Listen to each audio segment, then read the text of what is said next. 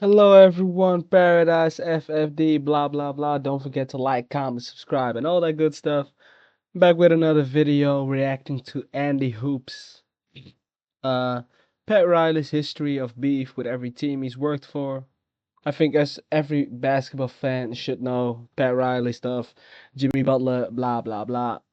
Yeah, it is what it is. So going to watch it. Don't forget to like, comment, and subscribe to me and him. And playing 2K in the background. All right, let's go. Jimmy trolling. Listen to me, guys. Clip this. 人の夢は終わらねえ Trolling? Or is that Jimmy serious? You know, if you're not on the court playing, you should keep your mouth shut. There's no GM or president or former coach with as much name recognition as the great Pat Riley. Once a former player who used to be teammates with the likes of Jerry West and Wilt Chamberlain, you probably never knew that about him. Arguably the greatest basketball coach in the history of the sport, and now he was with the Heat. You either know Pat Riley as a coach or as a president and GM of the Miami Heat. Perhaps his most unique quality is his strong grip on his team and his absolute refusal to become a doormat to his players regardless of their status. This, unfortunately, has led to confrontations and disputes over the years, and subsequently departures of players who found his style of leadership unpleasant. In this video, let's take a detailed dive into Pat Riley's history of beef with the superstars on his own team, but also his animosity towards every team, every front office he worked for. Why did he burn every single bridge every time he left an organization? How has Pat Riley become the NBA's most notorious executive, in which fans coined him as the Godfather? When we get in dire straits, you'll see Irvin Johnson or myself do one thing, and that is put the fist in the air. When we put the fist in the air, that ball goes down into number 5, and we put Kareem in the low post, and we isolate him down in a position that he's owned now for 20 years. You don't need to do too much more for him. Just give him the ball, get out of his way. He's made me a great coach. Under Pat Riley as their head coach, the Showtime Lakers captured 4 championships, along with 7 appearances in the finals during the 1980s. Riley was a young 36 years old when he first got promoted to head coach, halfway through the 1981-82 season. And taking over a team with championship aspirations and a ton of egos was no easy feat. Even Riley was once a nervous young lad, not sure how to handle the amount of superstar personalities and minutes on this roster. Heck, being a rookie coach is hard enough, but to take over this Lakers team, Riley had little time to prepare. For him, this was a make or break opportunity. It was the chance of a lifetime. Had he failed with a team like this, the scrutiny would be unbearable. But he got a small kick in the butt to propel him forward.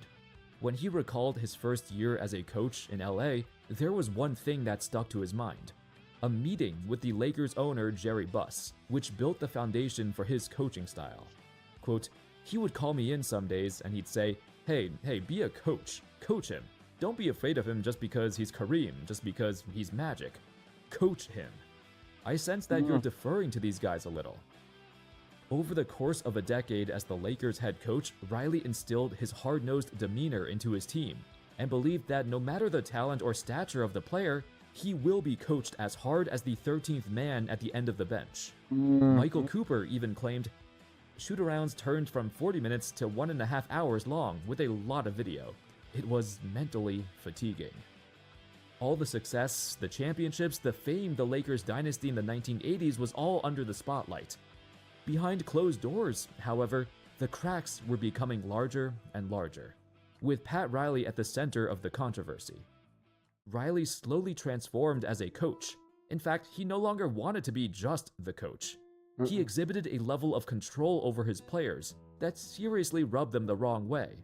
For example, according to Magic, Riley would even assign seats to them on the plane, and would punish any player who doesn't follow this rule by getting fewer minutes in the next game.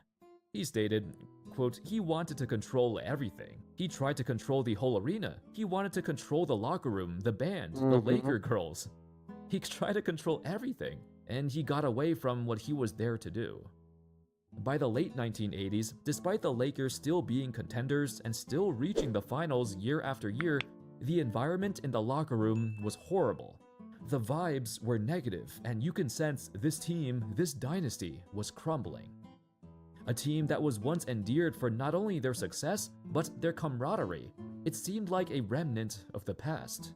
And all the blame went to Riley. In his final year with the team, he still managed to coach the Lakers to a ridiculous 63 wins. Bro. The second most wins of the Pat Riley era. Actually, he even won the Coach of the Year award. So even with the turmoil, the sheer talent of the Lakers was enough, and the controlling nature of Riley did lead to results. Unfortunately, those results would soon be flipped over their head, as the Lakers entered the 1990 playoffs. Turnover number 2.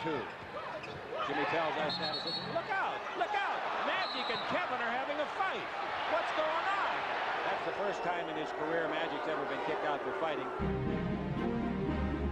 Now underneath they go to Eddie Johnson from 20 in the corner. Good! The Suns lead it by 1. PLA! PLA! The crowd is hushed as the Lakers go off. They are through, and the Suns will go on to play for the Western Conference Championship. All of that stuff going on behind the scenes, all the cracks in the foundation shattered. Everything came crumbling down at the same time. By Game 4 of the series, it became obvious that the Lakers were discombobulated. The Suns, a team that they swept in the previous year and should have been swept again, surprisingly found themselves in control for the entire series. So when they won Game 4 and they went up 3-1 on the verge of closing out the Lakers, all the finger pointing started, with most of them pointing at Pat Riley. After getting eliminated in a game where Magic recorded 43 points and 10 assists, Riley grilled him for taking just one ill-advised shot. To which Magic stated to the press, "I changed the play one time and he got mad at me." Additionally, Michael Cooper was furious with Riley's coaching tactic of giving the ball to only Magic or James Worthy, and he benched anyone who tried to argue with him. In the elimination game, Worthy shot just 5 for 21 from the field. The complete meltdown in the locker room by the players and 5 for 21, shit. Yeah, boy, you would have to answer for that one. Man, oh man. Shooting, nah, bro. Shooting 25? Oh, uh-oh. Boy, we having some conversations. What you mean? What you mean you shoot that low, bro? What the hell? Nah, bro, that's actually crazy. Yeah, come on. Alright. the coaching staff made everyone realize, oh yeah, this is Riley's final season in Los Angeles.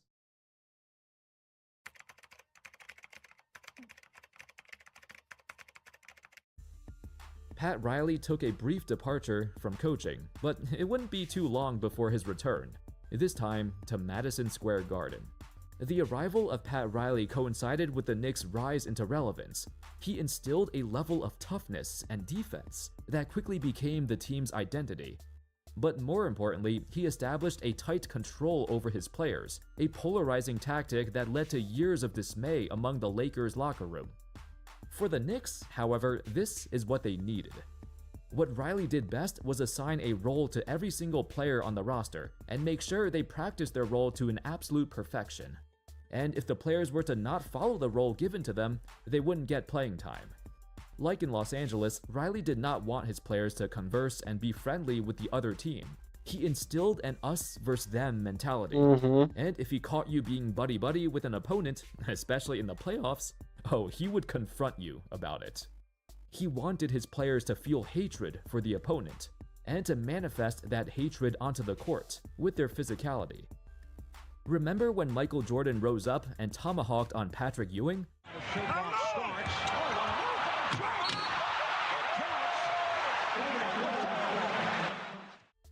Well, in the 1992 playoffs, right before Game 6 against the Bulls, Riley reportedly showed this clip of Jordan dunking on Ewing for 10 straight minutes. Riley wanted to ingrain in his players' heads that this guy is your enemy, and you must stop him at all costs, even if it means playing dirty. He was quoted saying to his locker room, "One of you is gonna step." Listen, bro, I like Pat Riley as a coach, bro. I don't care what y'all say, bro. That's gangster. Like, bro, if Jordan's just gonna bully you, bro. Like, he dunked on you, and he's like, yeah, bro, I'm gonna show you this 10 minutes straight. You getting dunked on. He never dunked on you, yeah, bro. That's Pat Riley, the Godfather. Up, knock Michael Jordan to the floor and not help him up. Michael isn't just gonna play poorly, you have to force him to play that way. The players got the message. Game 6 begins, and the Knicks displayed a level of physicality that was absolutely insane, even by their standards. They held Jordan to just 9 for 25 shooting, but more impressively, 22 of his 25 shots came outside the paint. Their defense was daunting, and it even scared Jordan from driving to the rim, knowing that he's gonna get hit several times, very hard. Of course, the Knicks still lost in Game 7, but this was the only time the Bulls were forced into a Game 7 during their first three-peat. No other team in those 3 years were able to push them past Game 6, but the Knicks did. Riley's relationship with his players was comparatively more tame compared to his time in Los Angeles, mostly because he believed that this group of players respected the blue-collared mentality that he established. Many of them have not experienced winning prior to his arrival, so they were willing to accept Riley's guidance and his championship pedigree. Soon, he would guide the Knicks to a finals appearance for the first time since the 1970s, and they were just one game away from the championship. 6 of 7 from the line. Time running out on the New York Knicks. The Houston Rockets are the 1993-94 NBA champions. It was deemed a successful season, but for Riley, he saw a chance to pounce on an opportunity he's been waiting for so long. Ownership. Riley, he didn't even have a problem with ownership or the front office. For the most part, they allowed him to coach how he wanted to coach. But Riley had bigger plans. He wanted more. He wanted more control over the decision-making. First, he requested to be promoted to president of the New York Knicks, and then a 10 to 15% stake in ownership.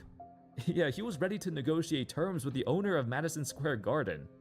But before he could even start the conversation, he got rejected. The owner of the Garden, Rand Ariskog, knew what was coming and shut it down without consideration. It was a bold maneuver by old Riley, and it reinforced the notion of what he's been seeking all this time: absolute control over a team, the ability to make decisions on his own whim without the limitations of upper management who have the final say. By 1995, he realized the Knicks were not the team he could take over and force his decisions on. The 1994-95 season would be his final year in New York, and during this time, we saw a different Pat Riley. A Pat Riley who wasn't his usual demanding self. He was fine with players missing practices or not trying hard enough. Perhaps he still felt dejected, knowing that he'll never rise up the ranks like he wants to in New York. The championship was still the goal for the Knicks, but it wasn't the goal for Pat Riley, who wanted more. He admitted in his 4 years in New York, it was like he aged 10 years. Damn. But you wouldn't think so, considering how immaculate his hairline is. Anthony stumbles and falls. Time runs out. Reggie Miller scoring 8 points in the final 32 Yeah. seconds. Reggie Miller. Spike Lee and 19,000 at Madison Square Garden. The 1995 playoffs saw a disappointing end to the Knicks season at the hands of the Indiana Pacers. At this point, there were rumors around the league that Riley has been communicating with Mickey Arison, the owner of the Heat. It was quite the irony.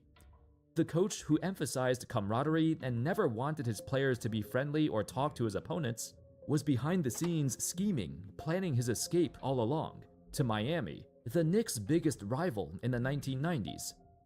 Just 2 days before the start of the season, Pat Riley sent Glenn Rice to Charlotte for Alonzo Mourning in a 6-player blockbuster trade. Look at him try! He got deals done.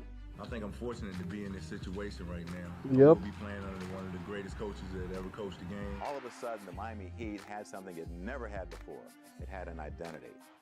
And so Riley's exit strategy commenced, along with his plan to not just become Miami's new coach, but a key figure in the organization.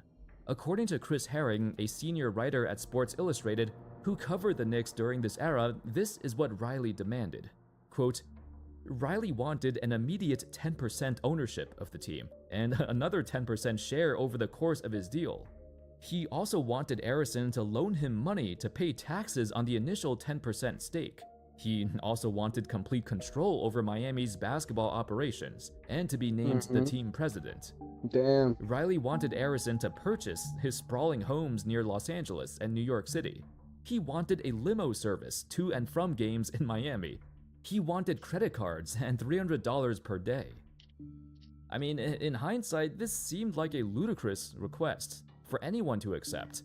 However, at this time, the general consensus was Pat Riley was the best coach in the entire league.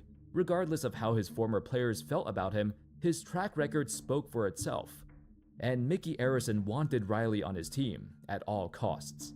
And Riley wanted to have full executive control over the franchise. In the modern era, Riley cemented himself as a notorious figure of the Miami Heat, mainly for his no-nonsense approach and his tight grip over a franchise where even the greatest superstars do not have a say over his own ambitions. It first started with Alonzo Mourning, and while their relationship has developed into a mutual respect for each other, it didn't always start this way. Like with Magic, Kareem, and the Lakers of the past, Riley joined an established group of players, veterans, who've done things a certain way for their entire careers. Riley changed that, and once again, established strict rules and regulations, which initially pissed off Mourning. Eventually, however, they came to an understanding, and Mourning now considers him as one of his dearest friends. A decade later, however, another feud arose between Pat Riley and none other than the Big Diesel. Shaq is no stranger to having public feuds. Heck, he had one with Kobe just a few years prior, which led to his departure. Shaq is a guy who Pat Riley kicked Shaq out, bro. Does not like to play by the rules. When he's not playing basketball, he likes spending the summer doing whatever the hell he wants. It was a popular trend that every summer, Shaq would show up out of shape, and he'd have to work his way back into shape as the season progressed.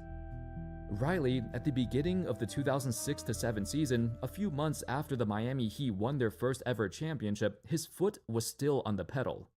As one of the NBA's most winningest coaches, he wasn't satisfied with just one championship, and he expected the players to come back and win again.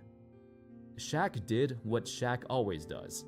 He showed up to training camp overweight, and not just a normal amount of overweight. Shaq was 100 pounds overweight, showing up to training camp at nearly 400 pounds. Of course, 20 to 30 pounds overweight was the norm for him, but this much? That's freaking insane. And everyone on the Heat were quick to point out how fat he had gotten. With both Shaq and Riley having very strong personalities and opinions, Riley confronted him. And the two of them got into what Udonis Haslem described as the worst altercation he's ever seen. He legitimately thought Shaq was going to kill Riley. The slow start to the season further exemplified the Heat's struggles to recapture back-to-back titles, and subsequently, the relationship between Riley and Shaq soured so much that he traded him away not too long after. Heat culture is a term that I'm sure you're familiar with. It's been kind of a running meme for a while now. But this is exactly the kind of thing that people mean when they say that. Riley established this culture. Fast forward to 2010.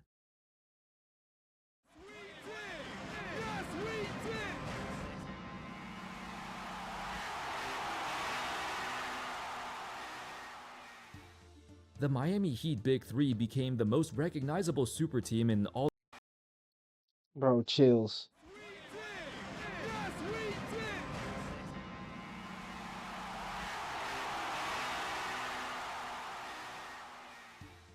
The Miami Heat Big Three became the most recognizable super team in all of sports. And with the sheer amount of superstardom on this roster, along with it came several attempts for them to control the team and bend the roster to their own will. It entered the national spotlight when LeBron James reportedly asked Riley to step down as the president and become their coach instead, as he did not have faith in the young Erik Spoelstra. Riley, however, was not having it.